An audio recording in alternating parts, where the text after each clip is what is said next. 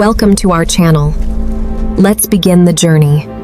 Okay, imagine for a second a machine that basically defies the standard rules of consumption. We're talking about a reactor that doesn't just burn up its fuel to give us power, but actually acts like some sort of modern-day alchemical forge. It literally creates more fresh fuel than it destroys in the process.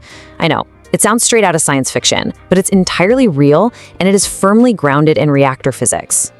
Welcome back to The Explainer. Today, we are getting into something absolutely wild. We're diving deep into Module 2, Lecture 5, The Fast Breeder, Anatomy of a Liquid Metal Reactor. For those of us who really want to understand the exact mechanics behind how this works, we're going to do an intense blueprint-level breakdown together. We're stripping away the mystery and looking right at the core of breeder reactors.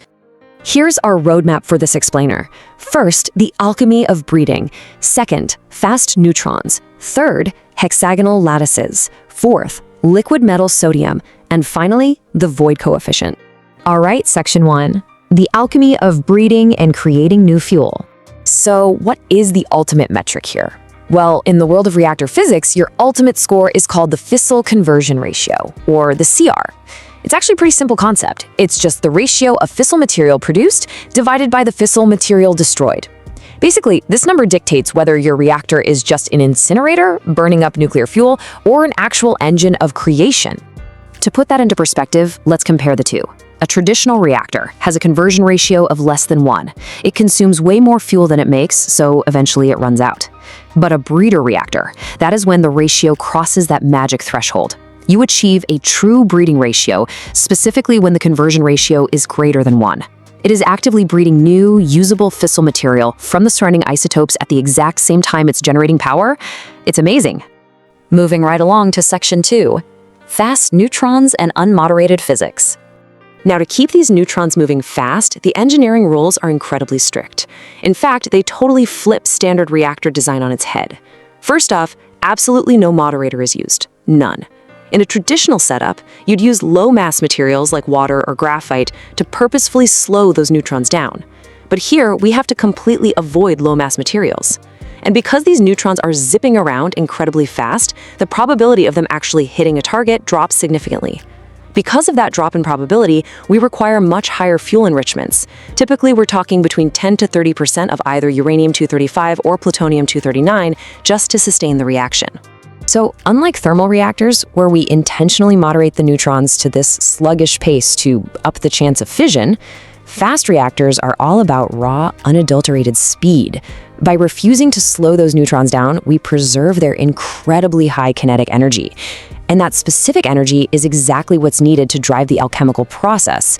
It allows those super fast neutrons to smash into non-fissile materials and literally transmute them into fresh, usable fuel.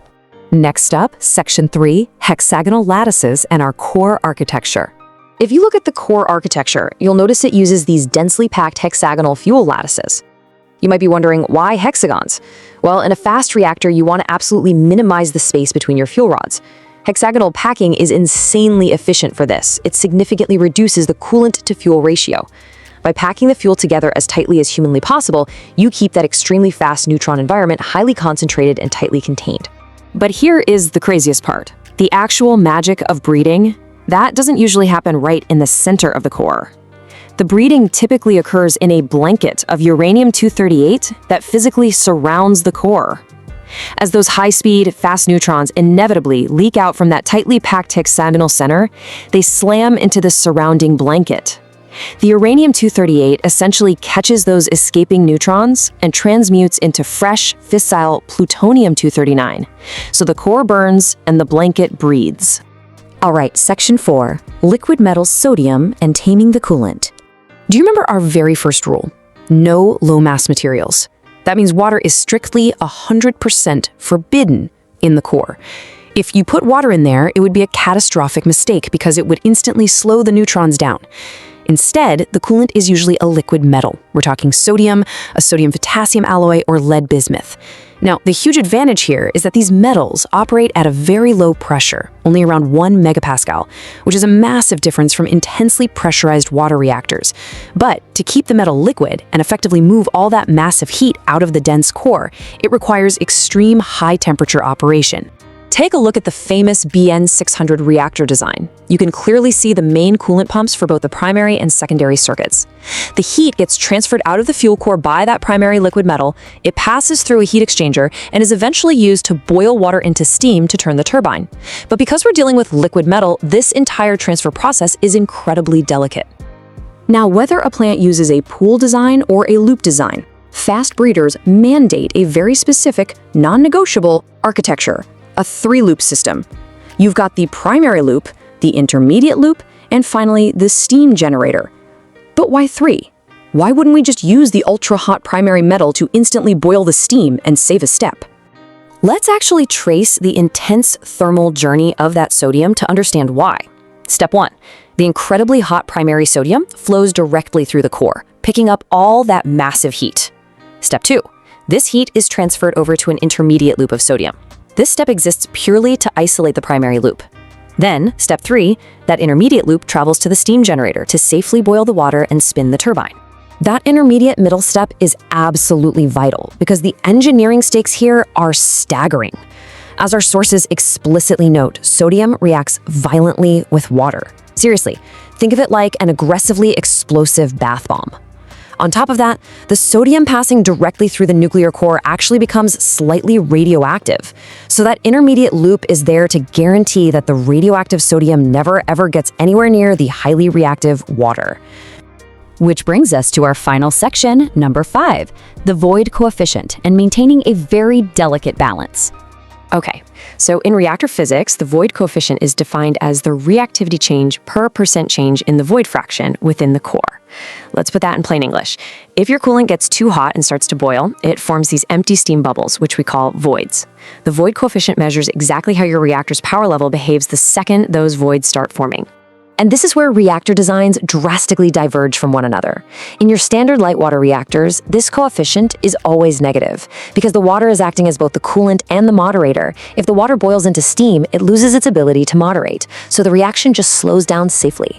But in designs like the CANDO or RBMK, this coefficient is positive, meaning boiling actually accelerates the reaction. This is the exact kind of positive feedback loop that fast breeders have to meticulously, carefully engineer against. Because when you're dealing with advanced, highly reactive environments with complex coolant chemistry, like liquid metals or solid moderators, a positive void coefficient is a massive safety hurdle. If you lose coolant in voids form, the reactivity doesn't safely shut down. It spikes. As our sources clearly warn, if this isn't meticulously managed, a core meltdown can lead to a dangerous reactivity excursion. This is exactly why the engineering matters so much. A runaway chain reaction happening right when you have the least ability to cool it is the ultimate nightmare scenario. So that leaves us with a pretty heavy final thought to ponder today. We are looking at a blueprint for a machine that literally breeds its own fuel. It's a true marvel of physics. But to achieve that conversion ratio greater than 1, we have to wrangle incredibly fast neutrons, pump volatile liquid metals, and balance on the absolute razor's edge of reactivity excursions. So you have to ask yourself, are these immense engineering challenges really worth the alchemy of potentially infinite energy? Thank you so much for joining me on this explainer, and I'll catch you in the next one. Keep learning. The view from here is breathtaking. Command, we are in position and ready for the next phase. If you liked the video, subscribe and comment the topic you want next. Thanks for watching, and stay unstoppable.